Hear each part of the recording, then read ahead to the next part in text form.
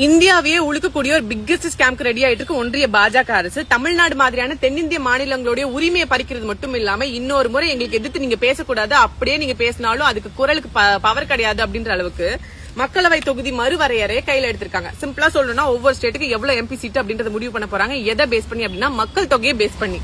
கொஞ்சம் வருஷங்களுக்கு முன்னாடி மக்கள் தொகை வந்து இந்தியா முழுக்க குறைங்கன்னு சொல்லி கேட்டு சவுத் இந்தியன் ஸ்டேட்ஸ் அது சரியா செஞ்சாங்க. முக்கியமா தமிழ்நாடு மாதிரியான மாநிலங்கள் அதை செஞ்சதுனால இன்னைக்கு நம்மளோட ஃபெர்டிலிட்டி ரேட் 1.8 தான். உத்தரப்பிரதேசம், பீகார் மாதிரியான மாநிலங்களுக்கு 2.3 இன்னைக்கு இருக்கு.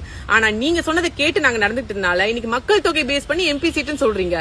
எம்பி சீட் ரெப்ரஸன்டேஷன் குறைஞ்சிடும், எங்களுக்கான மணி அலோகேஷன் இருந்து பவர் அலோகேஷன் எல்லாமே குறைஞ்சிடும். ஆல்ரெடி பணத்தையும் பவரையும் கையில வச்சுக்கிட்டு 4 கவர்மெண்ட் கையில வச்சுக்கிட்டு ஒட்டுமொத்த இந்தியாவையே உங்ககிட்ட இருக்கிற மாதிரி பண்ணிட்டு இருக்க நீங்க பொலிட்டிக்கல் ரெப்ரஸன்டேஷன் மூலமா அதை நீங்க உங்க சைட்ல இன்க்ரீஸ் பண்ணிட்டா சவுத் இந்தியால உங்க கண்ணுக்கு தெரியுமா? வெறும் பால் கறக்கிற மாடு மாதிரி வெறும் டாக்ஸ்க்காக மட்டும் தான் எங்களை பயன்படுத்துவீங்க. மண் சார்ந்து, மக்கள் சார்ந்து, மரபு சார்ந்து, மாநிலம் சார்ந்த பிரச்சனை இது ஒன்றிய அரசுக்கும் மாநில அரசுக்குமான பிரச்சனை மட்டும் கிடையாது. கட்சி ஆட்சி சம்பந்தப்பட்ட பிரச்சனையே கிடையாது. ஆனா ஒவ்வொரு மக்களுடைய எதிர்காலத்தை ரெப்ரசென்ட் பண்ணக்கூடிய ஒரு பிரச்சனை. ஆல்ரெடி ஸ்டேட் கவர்மெண்டோட ரெப்ரசன்டேஷன் கம்மியா தான் இருக்கு. முக்கியமா வந்து பாத்தீங்கன்னா சவுத் இந்தியன் ஸ்டேட்ஸோட ரெப்ரசன்டேஷன் இது, உத்தரப்பிரதேசம், பீகாரோட ரெப்ரசன்டேஷன் இது. காரணம் இவங்களோட மக்கள் தொகை அதிகமாமா.